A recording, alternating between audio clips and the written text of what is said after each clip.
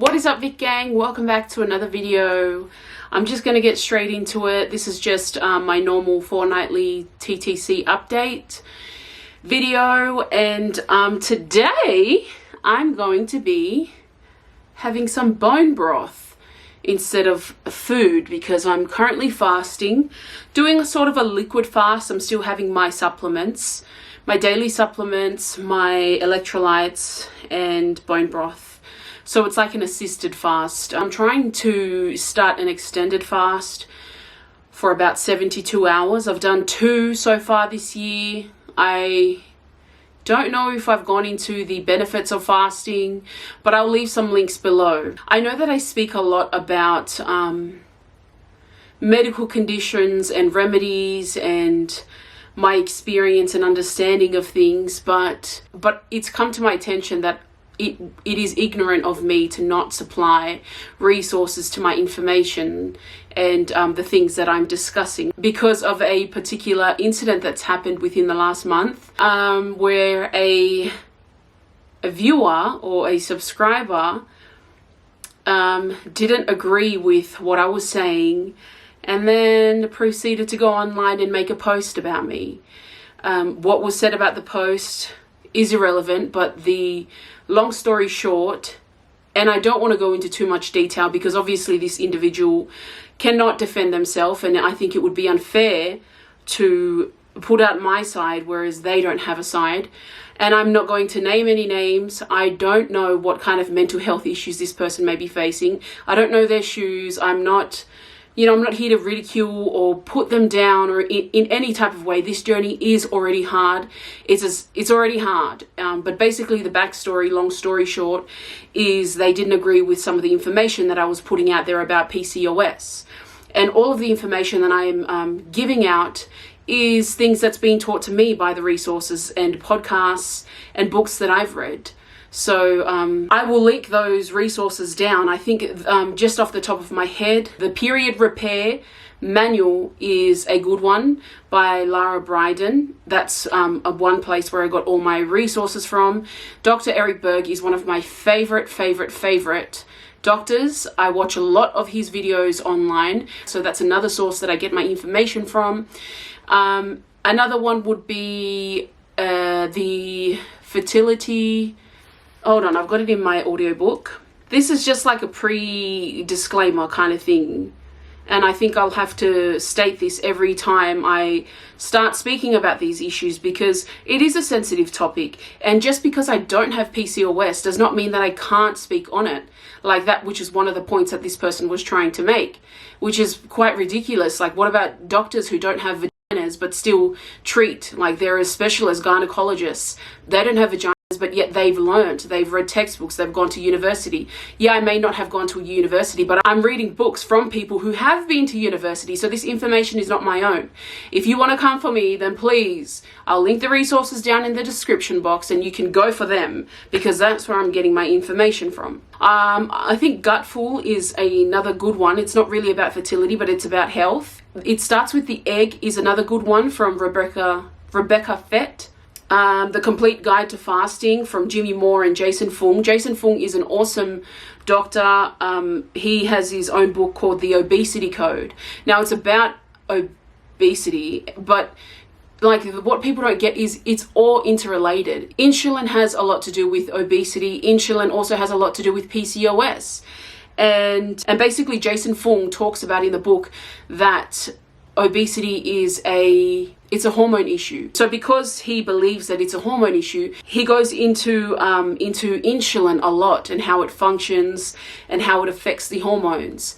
So that's another place where I got my source of information about PCOS. Another really good page that I follow on Instagram, which was actually recommended to me by someone who has PCOS, if that means anything to you, was the PCOS Nutritionist. Now, I know that if you may not have PCOS, but she is an awesome follow.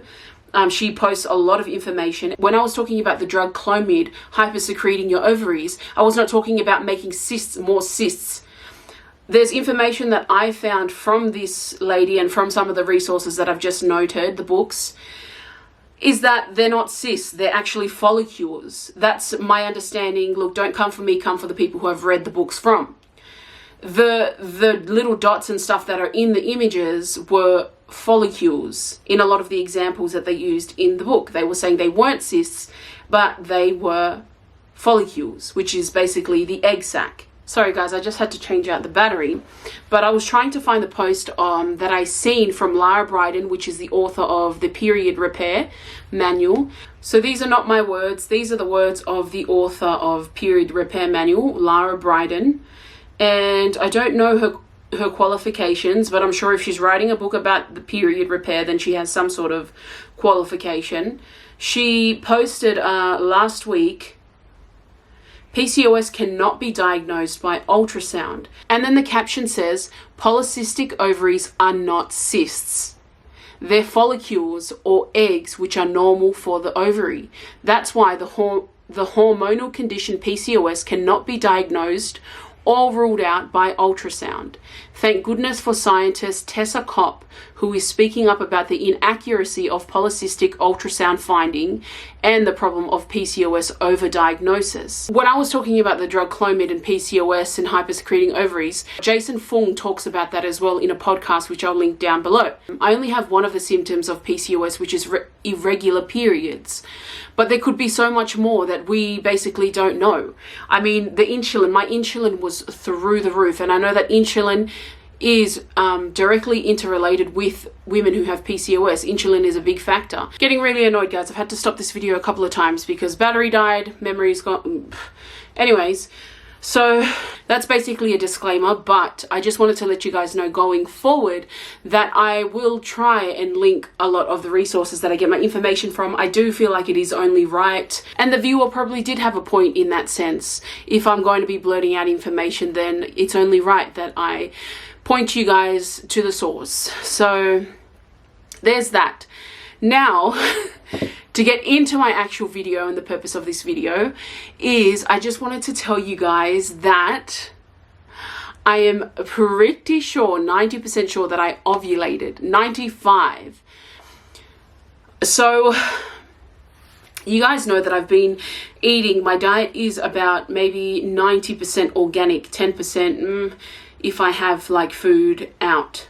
I'm not sure if it's organic or not in the restaurants that I go to. My diet has predominantly been organic, and there's been drastic changes in my house. Like, Aussie's noticed it in the last maybe 4 or 5 months. We don't have, our cupboards used to be stacked with snacks. Our fridge would never ever go hungry. Like, there was never a time where we would get hungry because we were always eating. And I used to do a lot of snack shopping from Aldi.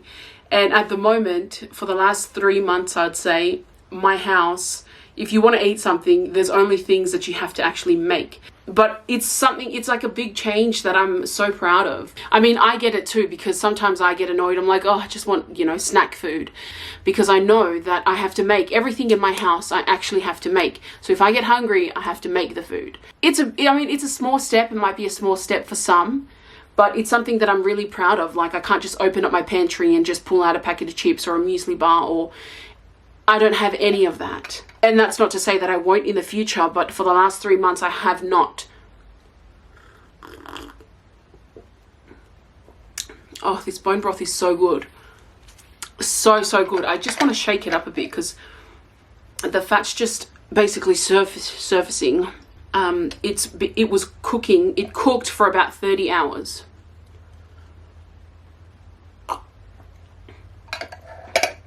Ooh. I got bone broth, but in the in a powder form, and I used it at work. It tastes nothing like that. That is amazing. Like, the juices, oh, they taste so delicious. So I'm aiming to have a jar a day. I'm going to start my morning with a jar of bone broth. That's my plan. But basically, back to my ovulation story. So I ovulated. I had the exact same, because the only time that I remember that I've ovulated, because growing up, you don't really take note of ovulation. You don't know anything about it. And so the only pains and symptoms that I have related to ovulation is when I was ovulating, and I know I was ovulating, which was on Clomid. And so I felt those pains all on my own. I ovulated all by myself. I had all the symptoms. I had the pains, the cramps, but on my left side. The only thing that makes me unsure is because when I did my ovulation test using the OPKs, I'm getting really annoyed. This is like the 4th, 5th time that I've had to stop. So the only reason why I have doubt that it may not have been an ovulation, and it's only like a 5% doubt, is because I drink a lot of water. I drink a lot of tea, a lot of raspberry tea each day. Raspberry tea apparently helps with preparing the uterus. It helps with hormones and stuff like that. These are the words of my naturopath, in case you're wondering. And so I drink a lot of tea and water a day. So when I came home, I actually couldn't hold my wee to make it more concentrated. So when I did my ovulation test on Monday, so if I did ovulate on Monday, last Monday, I am 6 days DPO, days past ovulation. And I had all the symptoms. Like, it was like I could feel it, like it was cramping, and it felt swollen, and I felt heavy, exactly the same way I did when I felt that I was ovulating on Clomid. And I was really excited. And so if I am right, so this, I'm just testing my theory. If I am right, then I should be getting my period in a week's time. Yeah, in a week's time. So the luteal phase will only ever be about 10 to 14 days. It cannot be longer than that. If it goes any longer than that, then that's pretty much an indication that I didn't ovulate, so it wasn't ovulation. So I'm keen to test the theory. I'm also keen to find out whether I'm going to be pregnant. But I mean, even if I'm not, I am so happy that I ovulated. Like, I'm just like, it's either I get my period or I'm pregnant. There's no two ways about it. If you believe that you ovulate by the 14th day or before, a little bit before, whichever, you either get your period or you're pregnant. There's no two ways about it. If you don't get either, then that means you didn't ovulate. And that's what Larabriden's book talks about, the period repair manual. She talks about that. And so I'm really super excited. Hopefully the next update that you get, I'll either tell you guys whether I got my period or I'm pregnant. Like I said, I've embraced my journey. If I'm not pregnant, then whatever. But if I get my period, that's really something to cheer about. I don't know that I've never been able to feel ovulation pains. Even when I get my period, I don't cramp at all. Like, blood just comes. I don't actually feel any twinges, no cramping, no back pain, and that may be an indication that maybe ovulation isn't occurring and I'm just having anovulatory cycles. So that's one of the updates. I also wanted to tell you guys, I'm not sure if I mentioned this before, but I have a history of having insulin resistance. Dr. Eric Berg is the insulin master. In my opinion, he talks and goes into a lot of information about insulin resistance, and so I get a lot of my information from him. But I've been taking myo-inositol and D-chiro, which was recommended by Dr. Eric Berg if you do have insulin resistance. It basically helps your body handle the sugar and the insulin and can help reverse it. And so I've been taking myo-inositol, been on keto, low carb diet, and I'm happy to say, so when I went and got my insulin tested, I had a reading of 20, and apparently lower than 10 is normal. So I had double of what was normal. And so I went and recently got tested again, and I am happy to say that I am down to 3. That was my insulin reading, 3. Dr. Eric Berg goes into a lot of detail about this, about being on a ketogenic diet, eating a low carb diet. Obviously do what works for you. I'm finding that I'm having amazing results from it, and I'm really benefiting from it. So I hope you guys like these updates. I mean, Dr. Eric Berg is my go-to when it comes to nutrition and some of the conditions that I have with psoriasis and stuff. Psoriasis being a gut issue, and bone broth is a awesome repair for, my neighbor's looking at me. Bone broth is an awesome gut repair. Like, do your research. I'll put some links down below as well. I'm also using this Mugu cream, psoriasis. It really helps with the symptoms because especially in wintertime, I flare up all over my body because it's dry and whatnot, but it is definitely a gut issue. I'm in the process of repairing my gut health, and yeah, I've been good over here. Really happy. I hope you guys are liking my hauls.